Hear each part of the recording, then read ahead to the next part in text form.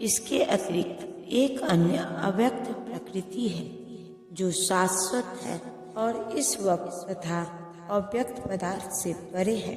यह पराश्रेष्ठ और कभी नाश न होने वाली है। जब इस संसार का सब कुछ लय हो जाता है तब भी उसका नाश नहीं होता। कृष्ण की पराशक्ति दिव्य और शाश्वत है। यह उस भौतिक प्रकृति के समस्त परिवर्तनों से परे है जो ब्रह्मा के दिन के समय व्यक्त और रात्रि के समय विनष्ट होती रहती है। कृष्ण की पराशक्ति भौतिक प्रकृति के गुण से सर्वथा विपरीत है।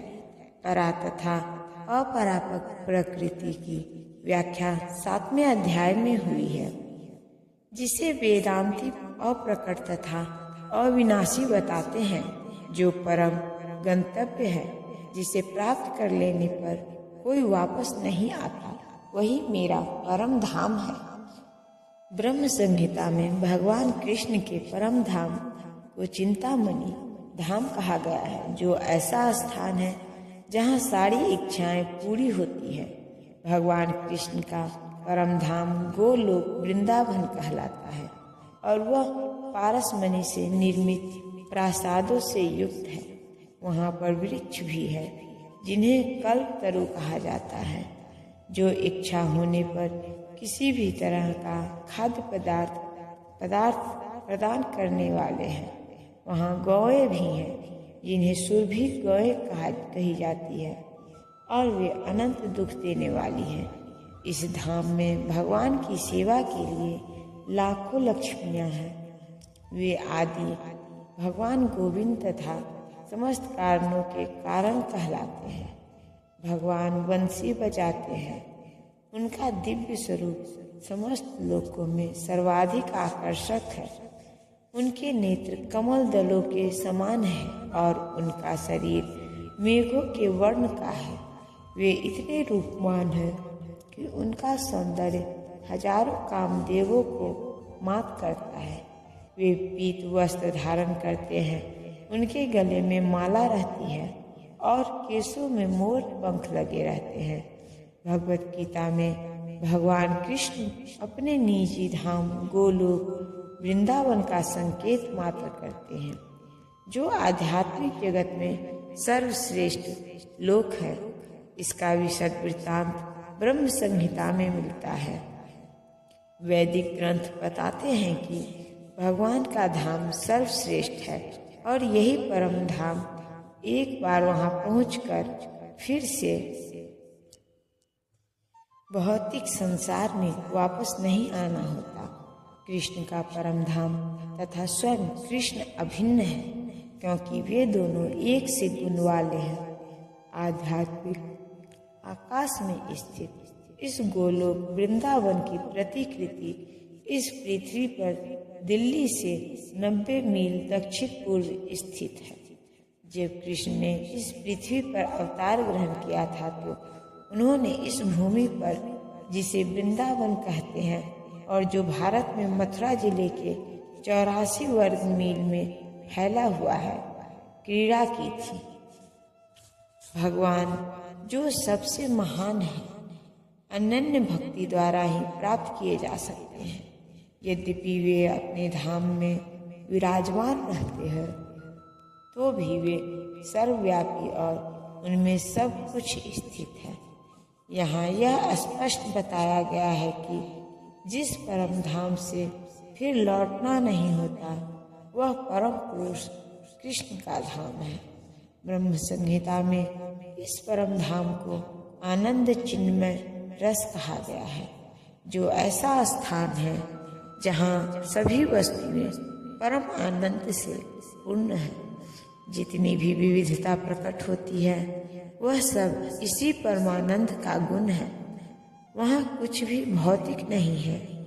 यह विविधता भगवान के विस्तार के साथ ही विस्तृत होती जाती है, क्योंकि वहाँ की सारी अभिव्यक्ति पराशक्ति के कारण है। जैसा कि 7वें अध्याय में बताया गया है, जहाँ तक इस भौतिक जगत का प्रश्न है, यद्यपि भगवान अपने धाम में ही सदैव रहते हैं तो भी वे अपनी भौतिक राशि द्वारा सर्वव्याप्त हैं।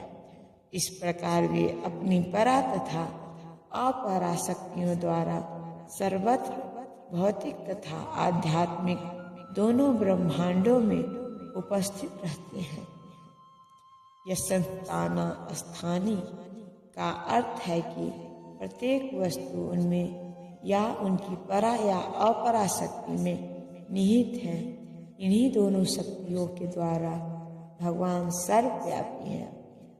कृष्ण के परम धाम में या असंख्य वैकुंठ लोकों में भक्ति के द्वारा ही प्रवेश संभव है। जैसा कि भक्त्या शब्द द्वारा सूचित होता है, किसी अन्य विधि से परम धाम की प्राप्ति संभव नहीं है। वेदों में भी परम धाम तथा भगवान का वर्णन मिलता है। उस धाम में केवल एक भगवान रहता है जिसका नाम कृष्ण है।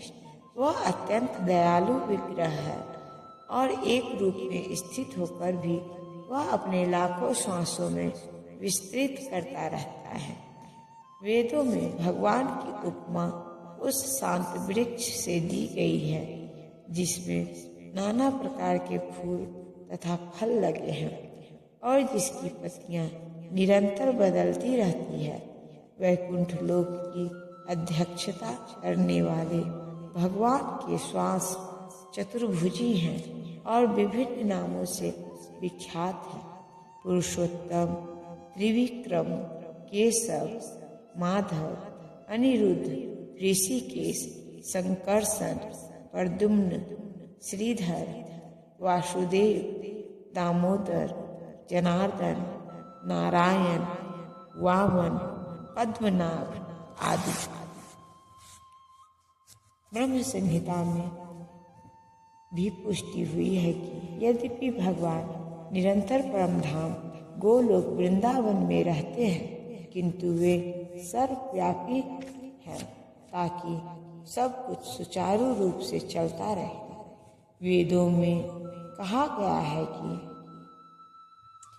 उनकी शक्तियाँ इतनी व्यापक है कि वे परमेश्वर के दूरस्थ होते हुए भी दृश्य जगत में बिना किसी त्रुटि के सब कुछ सुचारू रूप से संचालित करती रहती है। हे भरत श्रेष्ठ, अब मैं तुम्हें उन विभिन्न कालों को बताऊंगा जिनमें इस संसार से प्रयाण करने के बाद योगी पुनः आता है अथवा नहीं आता। परमेश्वर के अनन्य पूर्ण शरणागत भक्तों को इसकी चिंता नहीं रहती कि वे कब और किस तरह शरीर को त्यागेंगे।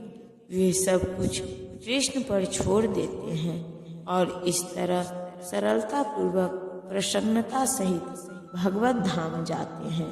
किंतु जो अनन्य भक्त नहीं है और कर्म योग, ज्ञान योग तथा हठ योग जैसी आत्म साक्षात्कार की विधियां पर आश्रित है, उन्हें उपयुक्त समय में शरीर त्यागना होता है, जिससे वे आश्वस्त हो सके कि इस जन्म मृत्यु वाले संसार में उनको लौटना होगा या नहीं।